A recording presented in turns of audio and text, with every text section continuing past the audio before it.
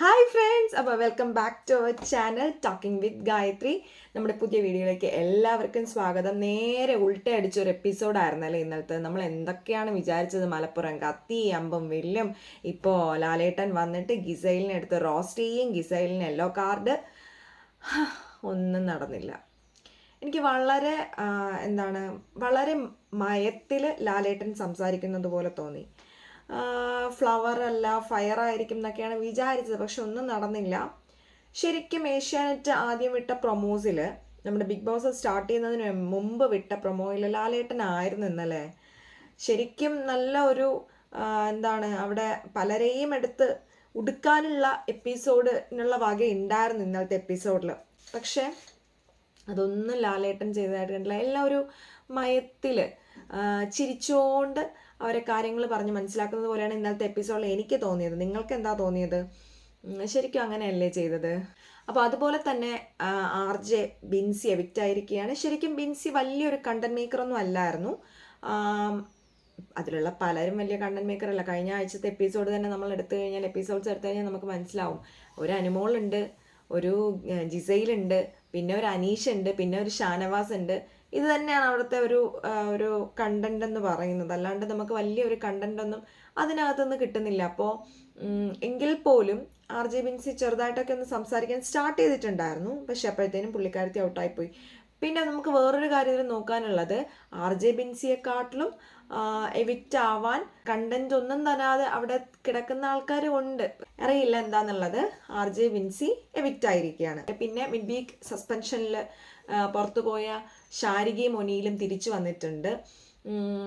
ശരിക്കും അവരെന്തിനാ കൊണ്ടുവന്നത്? അല്ലേ, അവർ വന്നെന്ന് വിചാരിച്ചിട്ട് ഈ ഒരു ഗെയിമിൽ എന്തെങ്കിലും ചേഞ്ച് വരാൻ പോകുന്നുണ്ടോ? അവർ നേരത്തെ എങ്ങനെയായിരുന്നു അങ്ങനെ തന്നെ. എനിക്കൊന്നും ശാരിക കുറച്ചൊക്കെ ഇടയ്ക്ക് എവിടെയെങ്കിലും ഒക്കെ പോയി ഒന്ന് വാതുറക്കുമായിരുന്നു. ഒനിയിൽ പ്രത്യേകിച്ച് ഒരു ഗുണമുള്ള ഒരാളാണെന്ന് എനിക്ക് തോന്നുന്നില്ല. ഈ കഴിഞ്ഞ എപ്പിസോഡ്സ് കണ്ടിട്ട്, ഇത് എൻ്റെ ഒപ്പീനിയൻ ആണ് കേട്ടോ, ഞാൻ പറയുന്നത് എൻ്റെ ഒപ്പീനിയൻസ് ആണ്. അപ്പോൾ നിങ്ങൾക്ക് അതിൽ വിപരീതമായിട്ടുള്ള ഒപ്പീനിയൻസ് ഉണ്ടാവും. എന്തുണ്ടെങ്കിലും ഇതിപ്പോൾ എൻ്റെ ഒപ്പീനിയൻസ് അല്ലേ. നിങ്ങളുടെ അഭിപ്രായങ്ങൾ എന്താണെന്നുള്ളത് കമൻ്റായിട്ട് പറയണം കേട്ടോ. ഓക്കെ, അപ്പോൾ നമുക്ക് നേരെ എപ്പിസോഡിലേക്ക് പോകാം. എപ്പിസോഡിൽ ഫസ്റ്റ് തന്നെ ലാലേട്ടൻ വന്നതിന് ശേഷം വെള്ളിയാഴ്ച രാവിലെ നടന്ന കുറച്ച് കാര്യങ്ങൾ, ലൈവിൽ നടന്ന കുറച്ച് കാര്യങ്ങളാണ് കാണിക്കുന്നത്. ഷാനവാസും അനീഷും തമ്മിലുള്ള ഒരു ഇഷ്യൂ അവിടെ കാണിക്കുന്നുണ്ട്, ജയില് ആയിട്ട് ബന്ധപ്പെട്ട്. അപ്പോൾ ഷാനവാസ് നിൻ്റെ വീട്ടിൽ പോയി വിളിക്കാനൊക്കെ പറയുന്നുണ്ട്. അനീഷിന് അത് കുറച്ച് ഹേർട്ട് ആവുന്നുണ്ട്, പക്ഷേ ഇറ്റ്സ് ഓക്കെ, അത് പിന്നെ സോൾവ് ആയി പോകുന്നുണ്ട്. അങ്ങനെയുള്ള കാര്യങ്ങളൊക്കെയാണ് കാണിക്കുന്നത്. അതിനുശേഷം നേരെ എപ്പിസോഡിലേക്ക് വരികയാണെങ്കിൽ എല്ലാവരും നല്ല ഹാപ്പി ആയിട്ടിരിക്കുന്നുണ്ട്. അപ്പോൾ ലാലേട്ടൻ ചോദിക്കുന്നുണ്ട്, എല്ലാവരും ഹാപ്പി അല്ലേ എന്ന് ചോദിക്കുന്നുണ്ട്. അപ്പോൾ എല്ലാവരും നല്ല ഹാപ്പി ആയിട്ടിരിക്കുന്നു എന്ന് പറയുന്നു. അക്ബർ എണീറ്റ് പറയുന്നുണ്ട്, ലാലേട്ടൻ എല്ലാ വീക്കും ഇങ്ങനെ കാണുന്നത് വലിയ സന്തോഷമാണെന്ന് പറയുന്നു. അപ്പോൾ തന്നെ ലാലേട്ടൻ പറയുന്നുണ്ട്, എന്നെ കാണുന്നതിലാണോ സന്തോഷം, നിങ്ങൾക്ക് വീട്ടിനകത്ത് സുഖമല്ലേ എന്ന് ചോദിക്കുന്നുണ്ട്. പറയുന്നു, വീട്ടിനകത്ത് ഞങ്ങൾക്ക് സുഖമാണെന്നൊക്കെ പറയുന്നുണ്ട്. അങ്ങനെ എപ്പിസോഡിലേക്ക് കടക്കുവാണ്.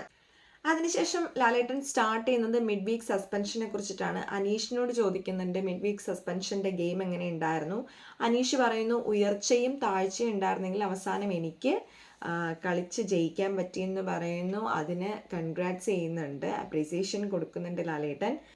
അതിനുശേഷം സരികയോടും രേണുവിനോടും ചോദിക്കുന്നുണ്ട് എങ്ങനെ ഉണ്ടായിരുന്നെന്ന്. അവരും പറയുന്നുണ്ട് ഭയങ്കര ഹാപ്പിയാണ്. എന്താ ഹാപ്പി ആവാത്തല്ലേ, കാരണം കൂടെ ഉള്ളവരല്ലേ കളിച്ച് നേടിക്കൊടുത്തത് അത്രയെങ്കിലും.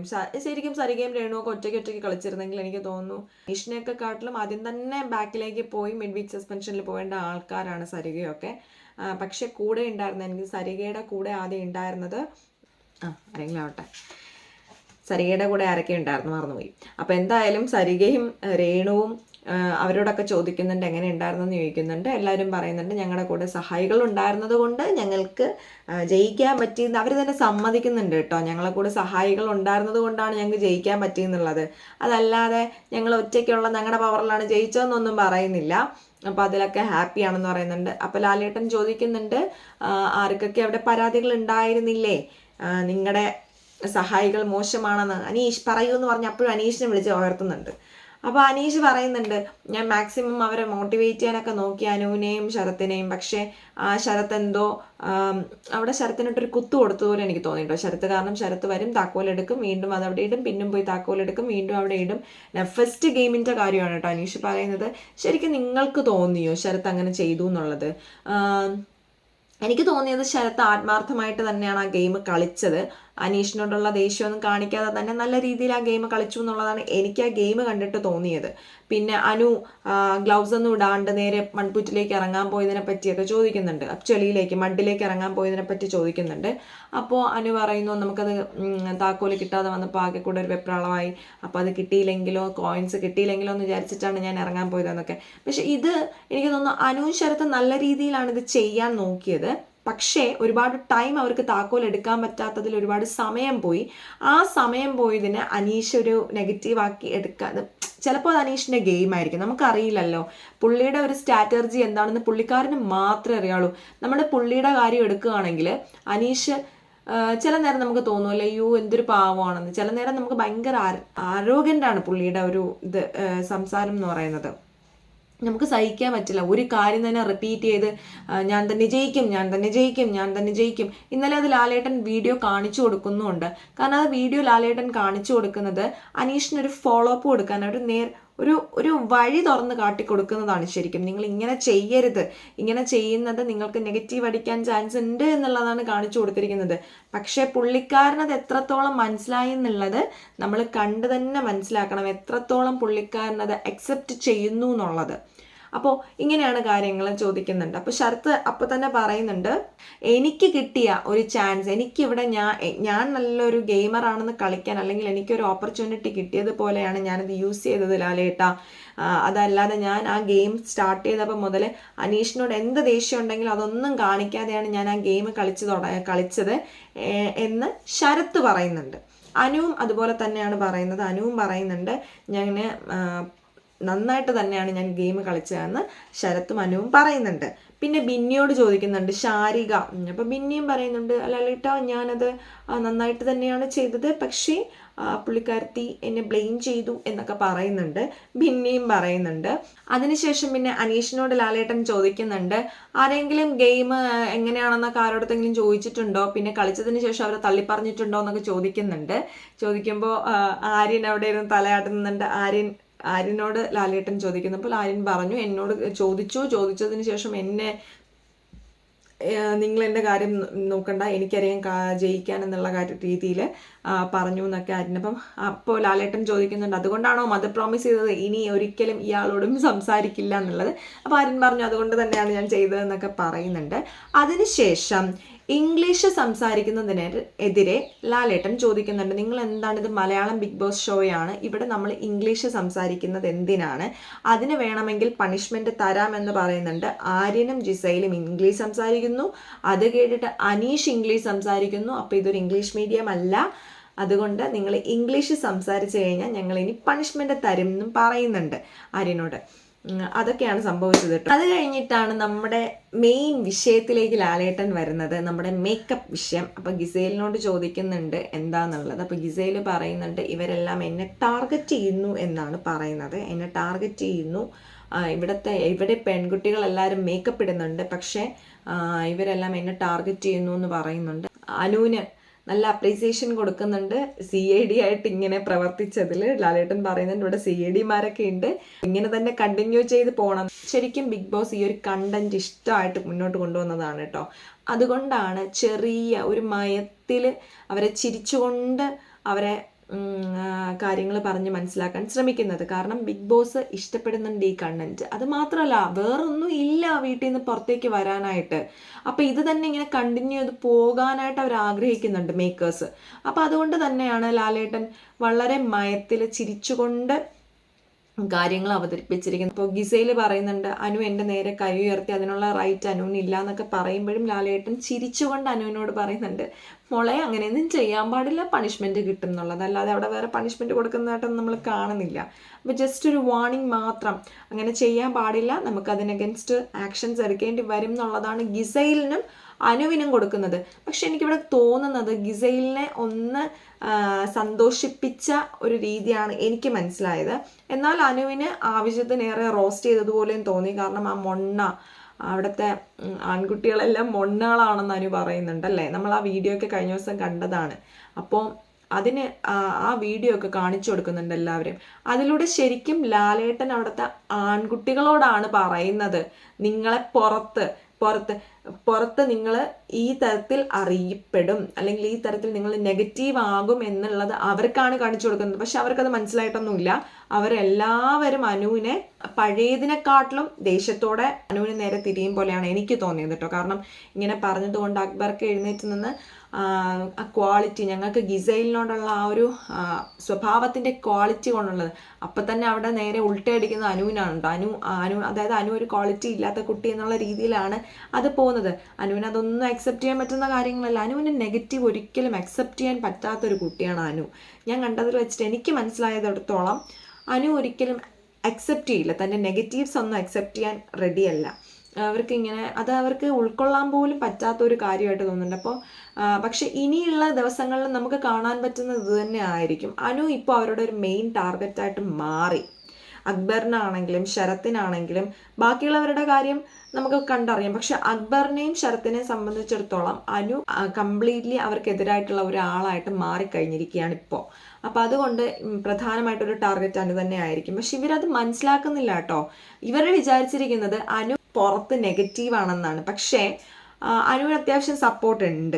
അനു പുറത്ത് കംപ്ലീറ്റ് ആയിട്ട് അങ്ങോട്ട് നെഗറ്റീവ് ആയിട്ടില്ല. എന്നാൽ ഇവർ ഇങ്ങനെ തന്നെ ഗിസൈലിൻ്റെ പുറകെ തന്നെ ഇങ്ങനെ കണ്ടിന്യൂ ചെയ്ത് പോകുവാണെങ്കിൽ അക്ബറും ശരത്തും ഒക്കെ ഇപ്പം തന്നെ ഏകദേശം പുറത്തൊരു നെഗറ്റീവ് ഇമ്പാക്റ്റ് ഉണ്ട് അവർക്ക്. അവരകത്ത് നെഗറ്റീവ് ആവും. പക്ഷെ അവരത് അറിയുന്നില്ലല്ലോ. അവർ ശരിക്കും ഇങ്ങനെ വന്ന് പറയുമ്പോൾ ഇവൾ അനു മൊണ്ണ എന്ന് പറഞ്ഞതൊക്കെ പുറത്ത് ഭയങ്കര ഒരു ഇഷ്യൂ ആയി, അല്ലെങ്കിൽ വലിയൊരു സംസാരമായി എന്നുള്ളതാണ്.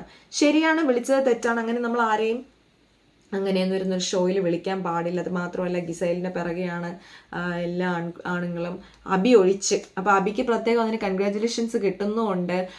അബിയോട് പറയുന്നുണ്ട് ലാലേട്ടൻ, അബി കൺഗ്രാജുലേഷൻസ്, ആകെ ഒരു മൊണ്ണയല്ലാത്ത ആൾ അബിയാണെന്ന് പറയുന്നുണ്ട്. അപ്പോൾ അത് മാത്രമല്ല കേട്ടോ, അബിയോട് പറയുന്നുണ്ട് അബിയുടെ സ്വഭാവം ഒരുപാട് മാറിയിട്ടുണ്ട്. വന്ന സമയത്ത് ഭയങ്കര ആങ്കർ ഇഷ്യൂസ് ഉള്ള ഒരാളായിരുന്നു അബി. പക്ഷെ ഇപ്പോൾ കാര്യങ്ങളെല്ലാം വളരെ നല്ല രീതിയിൽ കൈകാര്യം ചെയ്യാൻ അബി പഠിച്ചിട്ടുണ്ട്. അനീഷിനോടുള്ള ആ ഒരു സ്പേസ് ആണെങ്കിലും അബി നന്നായിട്ട് യൂസ് ചെയ്യുന്നുണ്ട് എന്നൊക്കെ ലാലേട്ടൻ പറയുന്നുണ്ട്. ശരത്തിനോടും പറയുന്നുണ്ട് ആങ്കർ കൺട്രോൾ ചെയ്യാൻ. നടക്കാത്ത കാര്യമാണ്. ഈ ശരത്തിൻ്റെ ഒരു ഫേക്ക് ക്യാരക്ടറാണെന്ന് എനിക്ക് തോന്നുന്നില്ല. പക്ഷേ ശരത്ത് അനീഷ് എന്തെങ്കിലും ചെയ്താൽ മാത്രം അനീഷിനെ അറ്റാക്ക് ചെയ്യും പോലെ തോന്നി. ശരത്തിന് ചുറ്റുമുള്ള, ശരത്തിനെ ഫേവർ ചെയ്ത് നിൽക്കുന്ന ആൾക്കാർ എന്തെങ്കിലും തെറ്റ് ചെയ്ത് കഴിഞ്ഞാൽ ശരത്ത് അത് ചൂണ്ടിക്കാണിക്കുന്നത് ഞാൻ എവിടെയും കണ്ടിട്ടില്ല. നിങ്ങൾ കണ്ടിട്ടുണ്ടെങ്കിൽ കമൻറ്റ് ചെയ്യണം കേട്ടോ. അപ്പോൾ ഗിസൈലിൻ്റെ കുറേ സാധനങ്ങൾ മിസ്സിങ് ആണെന്ന് പറയുന്നുണ്ട്. അപ്പോൾ ഗിസൈലും എല്ലാവരും വിചാരിച്ചിരിക്കുന്നത് അനു ഇതൊക്കെ എടുത്ത് മാറ്റി എന്നുള്ളതാണ്. പക്ഷെ അതല്ല എന്ന് പറഞ്ഞിട്ട് ലാലേട്ടൻ വീഡിയോ ഒക്കെ കാണിച്ചു കൊടുക്കുന്നുണ്ട്. അവരുടെ ക്രൂ മെമ്പേഴ്സ് വന്നിട്ട് അതൊക്കെ എടുത്തുകൊണ്ട് പോകുന്ന വീഡിയോസ് കാണിച്ചു കൊടുക്കുന്നുണ്ട്. ഓക്കെ, അപ്പോഴും ഗിസൈൽ പറയുന്നുണ്ട് ഈ പാൻറ് എൻ്റെതല്ല, ഈ മറ്റേ വേറെന്തോ സാധനം തൻ്റെതല്ല എന്നൊക്കെ പറയുന്നുണ്ട്.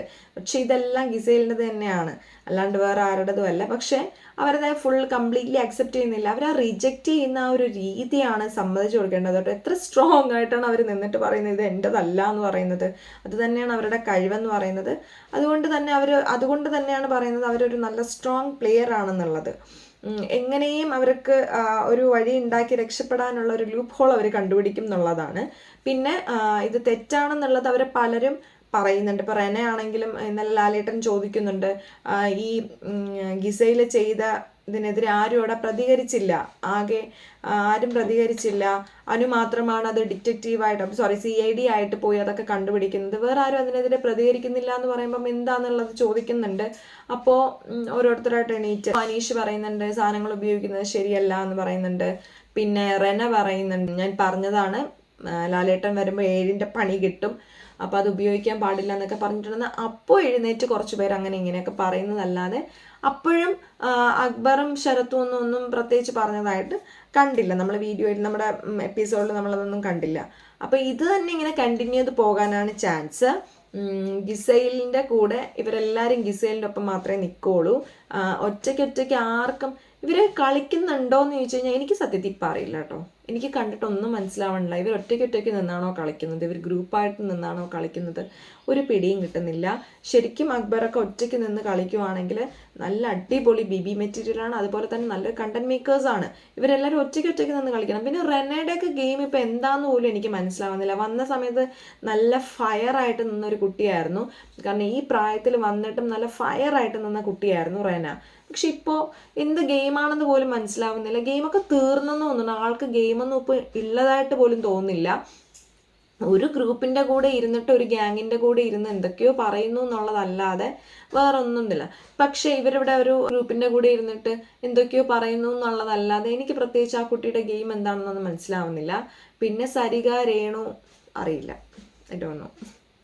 അതുപോലെ തന്നെ ഗിസൈലിനോട് എത്തിക്സോടുകൂടി കളിക്കാനായിട്ട് ലാലേട്ടൻ പറയുന്നുണ്ട്. അതായത് നിങ്ങൾക്ക് എന്തെങ്കിലും ആവശ്യം ഉണ്ടെങ്കിൽ നിങ്ങൾ ബിഗ് ബോസിൻ്റെ പെർമിഷനോട് കൂടി നിങ്ങളത് എടുക്കുക, അതല്ലാതെ ഇവിടുത്തെ റൂൾസ് ബ്രേക്ക് ചെയ്ത് ചെയ്യരുതെന്നൊക്കെ പറയുന്നുണ്ട്. ഇങ്ങനെയാണ് അനുവിൻ്റെയും ഗിസൈലിൻ്റെയും കാര്യങ്ങളൊക്കെ പോകുന്നത്. പിന്നെ പ്രത്യേകിച്ച് പറയാനുള്ളത്, അനുവിൻ്റെ മൊണ്ണ വീഡിയോ വീട്ടുകാർക്ക് കാണിച്ചു കൊടുത്തിട്ടുണ്ട്. അപ്പോൾ അത് ആ വീഡിയോ കാണിച്ചു കൊടുത്തതിലൂടെ അനുവിൻ്റെ കയ്യിൽ നിന്ന് കാര്യങ്ങളെല്ലാം പോയിട്ടുണ്ട്. അപ്പോൾ അനു സമ്മതിക്കുന്നുണ്ട് കേട്ടോ, ഞാൻ അങ്ങനെ പറഞ്ഞു എന്ന് തന്നെ ആ കുട്ടി സമ്മതിക്കുന്നുണ്ട്. ഞാൻ പറഞ്ഞതാണ് എന്ന് വെച്ച് കഴിഞ്ഞാൽ ആരും അവർക്കെതിരെ പ്രതികരിക്കുന്നില്ല. ഈ വീടിനകത്ത് ആരും അവർക്കെതിരെ പ്രതികരിക്കുന്നതായിട്ട് കാണുന്നില്ല. അതുകൊണ്ടാണ് ഞാൻ പറഞ്ഞതെന്ന് പറയുന്നുണ്ട്. അപ്പോൾ ഷാനവാസ് പറയുന്നുണ്ട്, അനു പറയുന്നു അനുവിൻ്റെ കൂടെയാണെന്ന്, ഗിസൈൽ പറയുന്നത് ഞാൻ അനുവിൻ്റെ കൂടെയാണെന്നാണ്, അനു പറയുന്നു ഗിസൈലിൻ്റെ കൂടെയാണെന്നുള്ളതാണ്. എനിക്കറിയില്ല ലാലേട്ടാ എന്ന് പറയുന്നുണ്ട്. അതുപോലെ അക്ബർ പറയുന്നുണ്ട് നല്ല ക്വാളിറ്റി ഉള്ള കുട്ടിയാണ് ഗിസൈൽ, അതുകൊണ്ടാണ് ഗിസൈലിൻ്റെ കൂടെ നിൽക്കുന്നതെന്ന്. ശരത്ത് പറയുന്നുണ്ട് അനുവിനെതിരെ നമ്മൾ എന്ത് ഗെയിം കളിച്ചോ അവൾക്ക് എന്തെങ്കിലും ബുദ്ധിമുട്ടുണ്ടായെങ്കിൽ നമ്മൾ അന്ന് മുതൽ അവളുടെ ശത്രു ആയിട്ടാണ് അവൾ കാണുന്നത് എന്നൊക്കെ ശരത്ത് പറയുന്നുണ്ട്. അപ്പോൾ ഇങ്ങനെ എല്ലാവരും അവരവരുടെ അഭിപ്രായങ്ങൾ പറയുന്നുണ്ട്. ഇതിനൊക്കെ ശേഷം ഒരു റാങ്കിങ് ടാസ്ക് വരികയാണ്. റാങ്കിങ് ടാസ്ക് വന്നത് ഗിസൈലിനാണ് ഏറ്റവും കൂടുതൽ സ്റ്റാർസ് കിട്ടിയിരിക്കുന്നത്. പിന്നെ രണ്ടാമത് കിട്ടിയത് അനീഷിനും. ഓക്കെ, അപ്പം അനീഷിന് കിട്ടിയപ്പോൾ അനീഷിന് ഭയങ്കര ഹാപ്പി ആയി കേട്ടോ. അപ്പോൾ ഗിസൈലിന് മിക്കവാറും എല്ലാവരും ആ വീട്ടിൽ ഗിസൈലിനാണ് കൊണ്ടുപോയി കൊടുത്തത്.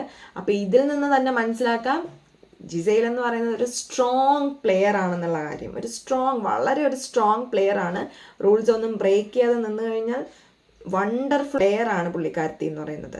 അപ്പോൾ ഇവിടെ നമ്മൾ നോക്കേണ്ടത് ജിസൈൽ ആർക്ക് കൊടുത്തു എന്നുള്ളതാണ്. ജിസൈൽ തീർച്ചയായിട്ടും ആ സ്റ്റാർ കൊടുത്തിരിക്കുന്നത് ആര്യനാണ്. അപ്പം ആര് ജിസൈലിൻ്റെ കൂടെ ഉണ്ടെങ്കിലും ജിസൈൽ പ്രിഫറൻസ് കൊടുക്കുന്നത് ആര്യന് തന്നെയാണെന്നുള്ള കാര്യം ഇതിൽ നിന്ന് നമുക്ക് മനസ്സിലാക്കാം. എല്ലാവരും ഒറ്റയ്ക്ക് നിന്ന് കളിക്കണമെന്ന്, എന്തിനാണ് ഒരു ഗ്രൂപ്പിലേക്ക് വന്ന് ചേർന്നത്? ഇപ്പോൾ ഒനിയിലൂടെ വന്നിട്ടുണ്ട്, ഇനിയിപ്പോൾ ജിസൈലിൻ്റെ കൂടെ ഒനിയിലൂടെ ഉണ്ടാവും, അത് നമുക്കറിയാലോ സ്വാഭാവികമായിട്ടും.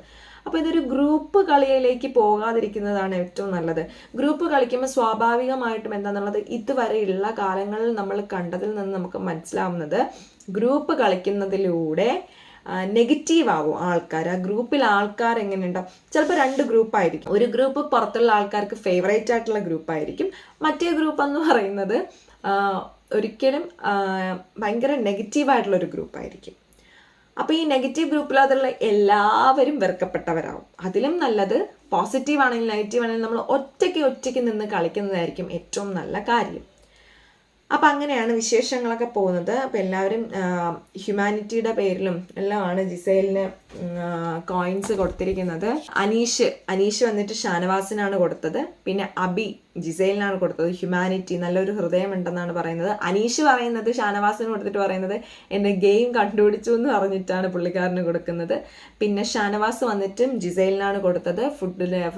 ഫുഡൊക്കെ വളരെ ഉള്ള സാധനങ്ങൾ വളരെ നന്നായിട്ട് യൂസ് ചെയ്ത് നല്ല ഫുഡ് ഉണ്ടാക്കി തന്നു, പിന്നെ കിച്ചൺ കാര്യങ്ങൾ നന്നായിട്ട് മാനേജ് ചെയ്തു എന്നൊക്കെ പറഞ്ഞിട്ട് ഷാനവാസ് ജിസൈലിന് കൊടുക്കുന്നു.